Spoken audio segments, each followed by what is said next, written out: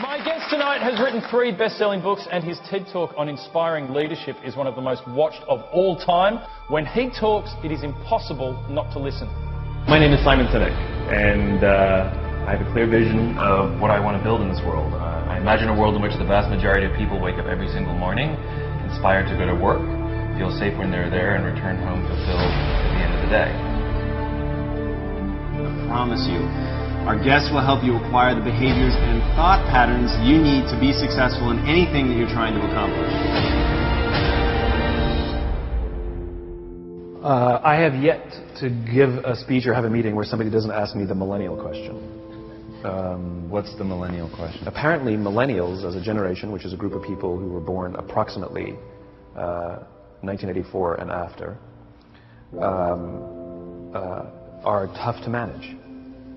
And they're accused of being entitled and narcissistic, self-interested, unfocused, lazy. But entitled is the big one. And because they confound leadership so much, what's happening is leaders are asking the millennials, what do you want? And millennials are saying, we want to work in a place with purpose, love that. We want to make an impact, whatever that means. We want free food and beanbags. And so somebody articulates some sort of purpose, there's lots of free food and there's beanbags, and yet for some reason they're still not happy. And that's because they're missing, there's a missing piece. What I've learned is that I can break it down into 4 pieces, right? There are four things, 4 characteristics. One is parenting, the other one is technology, the third is impatience, and the fourth is environment. The generation that we call the millennials, too many of them grew up subject to, not my words, failed parenting strategies. Where, for example, they were told that they were special all the time. They were told that they could have anything they want in life, just because they want it. Right? They were told, some of them got into honors classes, not because they deserved it, but because their parents complained. And some of them got A's, not because they earned them, but because the teachers didn't want to deal with the parents. Some kids got participation medals. You got a medal for coming in last, right? Which the science we know is pretty clear, which is it devalues the medal and the reward for those who actually work hard. And that actually makes the person who comes in last feel embarrassed because they know they didn't deserve it, so it actually makes them feel worse, right?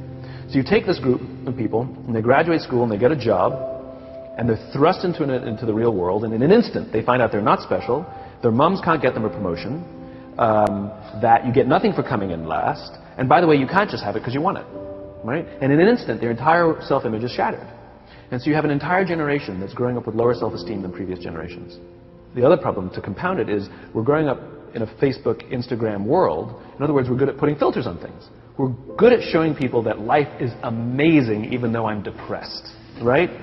And so everybody sounds tough, and everybody sounds like they got it all figured out. And the reality is there's very little toughness, and most people don't have it figured out. And so when the more senior people say, well, what should we do? They sound like, this is what you got to do. And they have no clue. Right? So you have an entire generation growing up with lower self-esteem than previous generations, right? Through no fault of their own. Through no fault of their own, right? They were dealt a bad hand, right? Now let's add in technology. We know that engagement with social media and our cell phones releases a chemical called dopamine. That's why when you get a text, it feels good, right? So, we've all had it where you're feeling a little bit down or feeling a bit lonely, and so you send out 10 texts to 10 friends, hi, hi, hi, hi, hi, because it feels good when you get a response, right? Right? It's why we count the likes. It's why we go back 10 times to see if my Instagram is growing slower. Did I do something wrong? Do they not like me anymore? Right? The trauma for young kids to be unfriended, right? Because we know when you get it, you get a hit of dopamine, which feels good. It's why we like it. It's why we keep going back to it. Dopamine is the exact same chemical that makes us feel good when we smoke, when we drink, and when we gamble. In other words, it's highly, highly addictive. Right? We have age restrictions on smoking, gambling, and alcohol and we have no age restrictions on social media and cell phones, which is the equivalent of opening up the liquor cabinet and saying to our teenagers, hey, by the way, this adolescence thing, if it gets you down... But that's basically what's happening. That's basically what's happening, right? That's basically what happened. You have an entire generation that has access to an addictive, numbing chemical called dopamine through social media and cell phones as they're going through the high stress of adolescence. Why is this important? Almost every alcoholic discovered alcohol when they were teenagers. When we're very, very young, the only approval we need is the approval of our parents. And as we go through adolescence, we make this transition where we now need the approval of our peers. Very frustrating for our parents, very important for us. It allows us to acculturate outside of our immediate families into the broader tribe, right? It's a highly, highly stressful and anxious period of our lives, and we're supposed to learn to rely on our friends. Some people, quite by accident, discover alcohol and numbing effects of dopamine to help them cope with the stresses and anxieties of adolescence. Unfortunately, that becomes hardwired in their brains, and for the rest of their lives, when they suffer significant stress, they will not turn to a person, they will turn to the bottle. Social stress, financial stress, career stress, that's pretty much the primary reasons why an alcoholic drinks, right? What's happening is because we're allowing unfettered access to these dopamine-producing devices and media, basically it's becoming hardwired, and what we're seeing is as they grow older, too many kids don't know how to form deep, meaningful relationships. Their words, not mine. They will admit that many of their friendships are superficial. They will admit that their friends, that they don't count on their friends, they don't rely on their friends, they have fun with their friends, but they also know that their friends will cancel on them as something better comes along. Deep, meaningful relationships are not there because they've never practiced the skill set, and worse, they don't have the coping mechanisms to deal with stress. So when significant stress starts to show up in their lives, they're not turning to a person, they're turning to a device, they're turning to social media, they're turning to these things which offer temporary relief. We know, the science is clear, we know that people who spend more time on Facebook suffer higher rates of depression than people who spend less time on Facebook. Right? These things balanced. Alcohol is not bad, too much alcohol is bad. Gambling is fun, too much gambling is dangerous. Right? There's nothing wrong with social media and cell phones. It's the imbalance. Right? If you're sitting at dinner with your friends and you're texting somebody who's not there, that's a problem. That's an addiction. If you're sitting in a meeting with people you're supposed to be listening to and speaking, and you put your phone on the table, face up or face down, I don't care, that sends a subconscious message to the room that you're just not that important to me right now. Right? That's what happens. And the fact that you cannot put it away is because you are addicted. Right? If you wake up and you check your phone before you say good morning to your girlfriend, boyfriend, or spouse, you have an addiction. And like all addiction, in time, it'll destroy relationships, it'll cost time, and it'll cost money, and it'll make your life. So you have a generation growing up with lower self-esteem that doesn't have the coping mechanisms to deal with stress. Right? Now you add in the sense of impatience. Right? They've grown up in a world of instant gratification. You want to buy something, you go on Amazon, it arrives the next day. You want to watch a movie? Log on and watch a movie. You don't check movie times. You want to watch a TV show? Binge. You don't even have to wait week to week to week. Right? I know people who skip seasons just so they can binge at the end of the season. Right? Instant gratification. You want to go on a date? You don't even have to learn how to be like, hey. You don't even have to learn and practice that skill. You don't have to be the uncomfortable one who says yes when you mean no and says no when you mean no and yes when you... You don't have to swipe right. Bang, I'm a stud. Right? You don't have to learn the social coping mechanisms. Right? Everything you want you can have instantaneously. Everything you want, instant gratification. Except job satisfaction and strength of relationships, there ain't no app for that. They are slow, meandering, uncomfortable, messy processes. And so I keep meeting these wonderful, fantastic, idealistic, hardworking, smart kids. They've just graduated school. They're in their entry-level job. And I sit down with them and I go, how's it going? They go, I think I'm going to quit. I'm like, why? They're like, I'm not making an impact. I'm like, you've been here 8 months. You know? It's as if they're standing at the foot of a mountain. And they have this abstract concept called impact that they want to have in the world, which is the summit. What they don't see is the mountain. I don't care if you go up the mountain quickly or slowly, but there's still a mountain. And so what this young generation needs to learn is patience. That some things that really, really matter, like love, or job fulfillment, joy, love of life, self-confidence, a skill set, any of these things. All of these things take time. Sometimes you can expedite pieces of it, but the overall journey is arduous and long and difficult.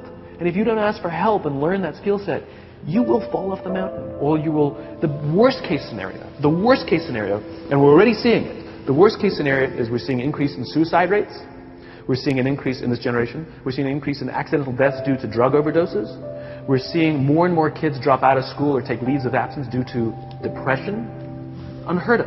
These are all, this is really bad. The best case scenario, those are all bad cases, right? The best case scenario is you'll have an entire population growing up and going through life and just never really finding joy.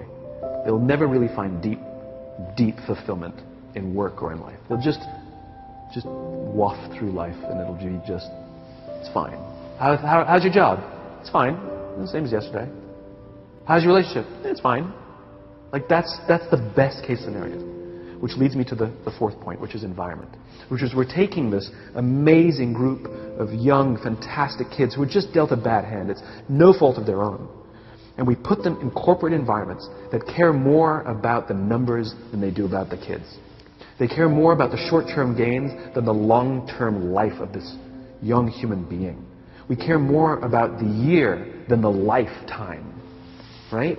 And so we are putting them in corporate environments that aren't helping them build their confidence, that aren't helping them learn the skills of cooperation, that aren't helping them overcome the challenges of a digital world and finding more balance, that isn't helping them overcome the need to have instant gratification and teach them the joys and impact and the fulfillment you get from working hard on something for a long time that cannot be done in a month or even in a year. And so we're thrusting to them in corporate environments, and the worst part about it is they think it's them. They blame themselves. They think it's them who can't deal. And so it makes it all worse. It's not. I'm here to tell them it's not them. It's the corporations. It's the corporate environments. It's the total lack of good leadership in our world today that is making them feel the way they do. They were dealt a bad hand, and I hate to say it, but it's the company's responsibility. Sucks to be you. Like, we have no choice. Right? This is what we got, and I wish that society and their parents did a better job. They didn't. So we're getting them in our companies, and we now have to pick up the slack. We have to work extra hard to figure out the ways that we build their confidence. We have to work extra hard to find ways to teach them the social skills that they're missing out on. There should be no cell phones in conference rooms. None. Zero. And I don't mean the kind of like sitting outside waiting to text. I mean like when you're sitting and waiting for a meeting to start, nobody go, this is what we all do. We all sit here and wait for the meeting to start.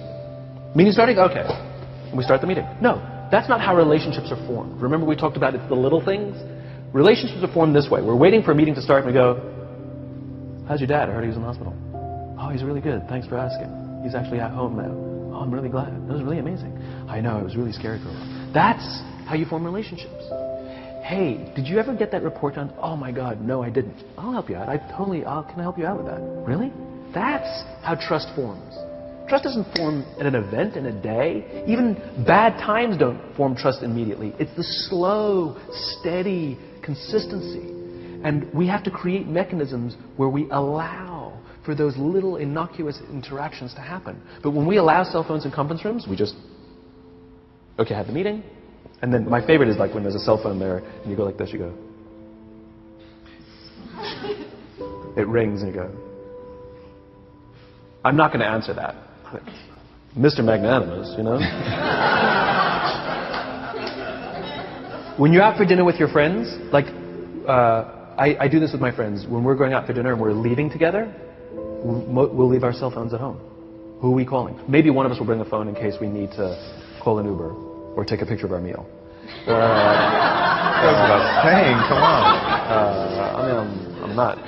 I'm an idealist, but I'm not insane. Not a heathen. I mean, it looked really good. We'll take one phone. And so it's like an alcoholic. The reason you take the alcohol out of the house is because we cannot trust our willpower. We're just not strong enough. But when you remove the temptation, it actually makes it a lot easier. And so when you just say, don't check your phone, people literally will go like this. And somebody will go to the bathroom, and what's the first thing we do? Because I wouldn't want to look around the restaurant for a minute and a half, you know? But if you don't have the phone, you just kind of enjoy the world. And that's where ideas happen. The constant engagement is not where you have innovation and ideas. Ideas happen when our minds wander and we go, and you see something, I bet they could do that. That's called innovation, right? But we're taking away all those little moments, right? You should not, and none of us should charge our phones by our beds. We should be charging our phones in the living rooms, right? Remove the temptation. You wake up in the middle of the night because you can't sleep, you won't check your phone, which makes it worse. But if it's in the living room, it's relaxed, it's fine. But it's my alarm clock. Buy an alarm clock. They cost $8, right? I'll buy you an alarm, right? But the point is we now in industry, whether we like it or not, we don't get a choice. We now have a responsibility to make up the shortfall and to help this amazing, idealistic, fantastic generation build their confidence, learn patience, learn the social skills, find a better balance between life and technology. Because, quite frankly, it's the right thing to do.